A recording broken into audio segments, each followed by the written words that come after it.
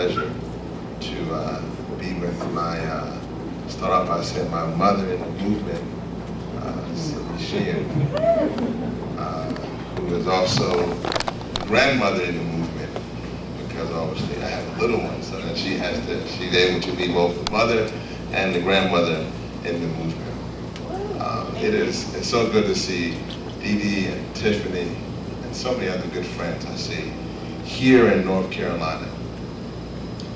Let me just start off by saying that one of the reasons that I like, and Carlos, my dear friend, I see my dear friend Carlos in the back, so many, and Jerry over there, and so many good people here. Let me start off by saying one of the reasons that I like Greensboro, North Carolina, is because this is the place where the lunch counter moment in the 60s took place. Well, we are at our lunch counter moment in the 21st century. The difference between the lunch counter moment in the 60s and the lunch counter moment now in the 21st century is the fact that while that was the civil rights movement, we are now literally dealing with the existence movement. If we do not act now or continue to push forward 7 years into the 21st century, it is not a question about equality. It is a question about human existence. If we allow for this president and this vice president and this administration and this Democrat Congress to continue on as they are in the 21st century, there will not be a 22nd century. This is how serious this moment is. Some of you might be a little tired or a little worn and went through that movement and then went through other movements in the 70s and the 80s and the 90s, and some of us were young who didn't even go through those movements. But now I can tell you this is probably be recorded as one of the most critical movements in history. Let me say I'm also a very proud member of Voters for Peace. I encourage all of us to continue on that board, as you go out to the polls, to continue to ask your friends to vote with peace in mind. I am also a very proud member of Iraq Vets Against the War.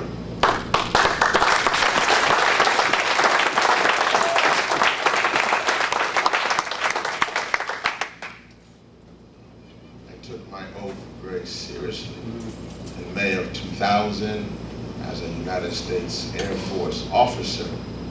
And I took that oath to protect this country from both foreign and domestic enemies. And so in that, I've been just speaking out.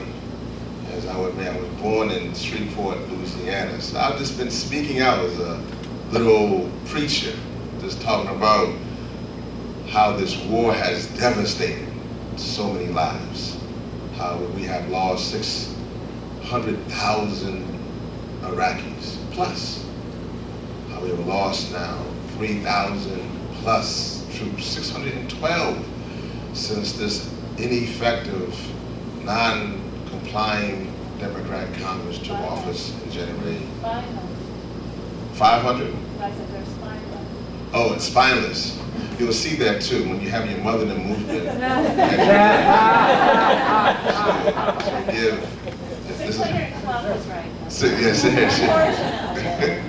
She'll give those little bits. That makes my day.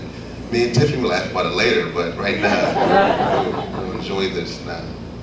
I also want to say that in that process, though, one of the things that is happening, and I don't say this to be fearful, I say this to be for us to then be energized.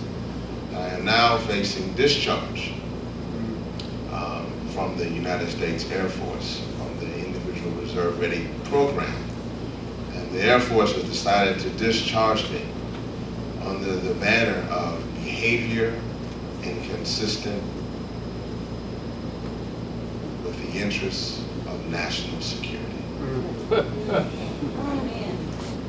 I would tell you that to me, while that is very fearful, and I will talk about national security, about how I don't think we live in a blue state or red state, how everything now is really a national security state, that we're living under this fear. I will probably also talk about that, a little other things about how I feel this president, if anybody has put this country in jeopardy as far as national security, the lies of this administration and the failure to act from this Congress have not only put our country but the world in complete chaos. But in that is very serious, being discharged with the title of behavior inconsistent with the interests of national security.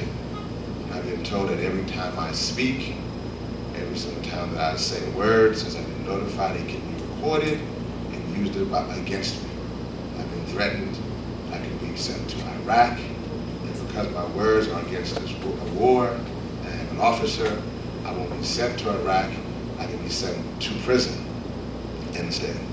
So as you hear my words today, understand the tremendous burden that I come to you, because I recognize this is our lunch counter moment. And because I can't bring back Casey, and because I can't bring back the 3,000 plus other troops, because I can't bring back the 600,000 plus Iraqis, and because I can't bring them back, I can't bring back Carlos' baby, I can't bring that back, and I can't take back the burn wounds off his body when he found out, then I must speak out. And if it requires whatever happens to me at this time, please take these words and move them forward. That's the only thing I ask for you at this time. And with that,